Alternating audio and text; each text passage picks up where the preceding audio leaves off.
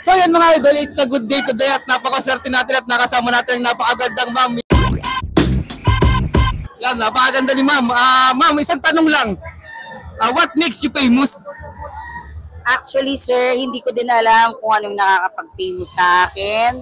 Basta ako, ginagawa ko lang na mabuti yung pag-breed natin, pag-aalaga ng manok, at especially pag-aalaga ng mga tao.